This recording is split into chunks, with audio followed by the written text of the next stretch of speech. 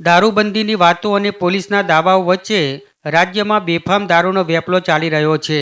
જે અંગે તાજેતરમાં કોંગ્રેસના યુવા નેતા જિગ્નેશ મેવાણીએ થરાદમાં દારૂના અડ્ડાઓ પર જઈ જનતા રેડ કરી પર્દાફાશ કર્યો હતો અને પોલીસ તેમજ સરકાર પર દારૂબંધીને લઈ ગંભીર આરોપ લગાવ્યા હતા. ત્યારે વડોદરાના મકરપુરા વિસ્તારમાં જનતાએ રેડ કરી શરાબનું વેચાણ કરતા બે બુટલેગરને દારૂના મોટા જથ્થા સાથે રંગે હાથ ઝડપી લઈ પોલીસ હવાલે કર્યા છે. ત્યારે દારૂબંધી મામલે રાજ્યભરમાં ચાલી રહેલા વિવાદમાં હવે જનતા પણ જાગૃત થઈ ગઈ હોય તેવું લાગી રહ્યું છે. પોતાની આસપાસ થતી અનૈતિક પ્રવૃત્તિઓ માટે જનતાએ જનતા રેડ શરૂ કરી દીધી છે.